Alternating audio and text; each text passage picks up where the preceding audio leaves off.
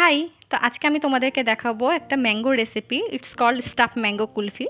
তো ভাবলাম যে তোমাদের সাথে এটা শেয়ার করি। তো বাবা বলছিল তুই আগে আঁটিটাকে বের করে দেখা আম থেকে, তাহলেই তোকে আমি সব কিছু এনে দেবো যা যা লাগবে। তো সেরকম কিছু লাগবে না, সেটা মজা করছিল, একটা শুধু মিল্কের প্যাকেট লাগবে। তো আমি আগে বের করে রেখেছি, তো তোমাদেরকে একটা ভিডিও করে দেখাচ্ছি। আর বলে রাখি, যে আমের স্কিনটা একটু মোটা সেই মানে আমগুলো নেবে, তাহলে ইজিলি বেরিয়ে আসবে। পাতলা স্কিনের আমগুলো না মানে ফেটে যাবে, যখন তুমি চামচটা ঢুকিয়ে টানার চেষ্টা করবে দেখবে ফাটবেই।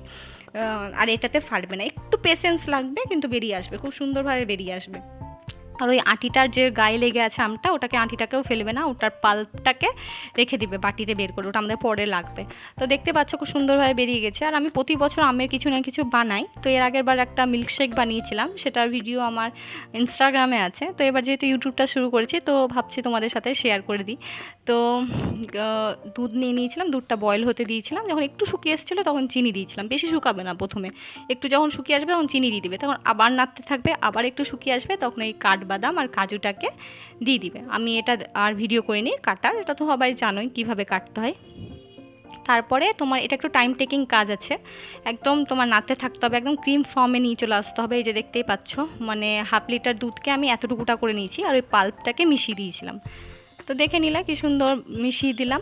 তারপরে আমি দুটো কাপ নিয়েছি, চীনামাটির কাপ, যেহেতু এটা ফ্রিজ হতে দিয়ে দিব, তাহলে ইজিলি বেরিয়ে আসবে জিনিসটা, আর ধরতেও সুবিধা হবে। তো ভালো করে সাবধানে ওই তোমার ওই দুধটাকে ভালো করে ঢেলে দিতে হবে, আর গরমটা চেক করে নিবে, ঠান্ডা করে দিবে কিন্তু। তারপরে ওই যে কেটে কেটে রেখেছিলাম যে মাথাটা, ওই ক্যাপটা পরিয়ে আমি ফ্রিজে ঢুকিয়ে দিয়েছিলাম। তো আমার তর্স হয়েছিল না, আমি বারবার গিয়ে গিয়ে দেখছিলাম যে আমার কুলফিটা জমেছে নাকি। তো পরের দিন সন্ধ্যাবেলা এটা করেছিলাম, কেটেছিলাম।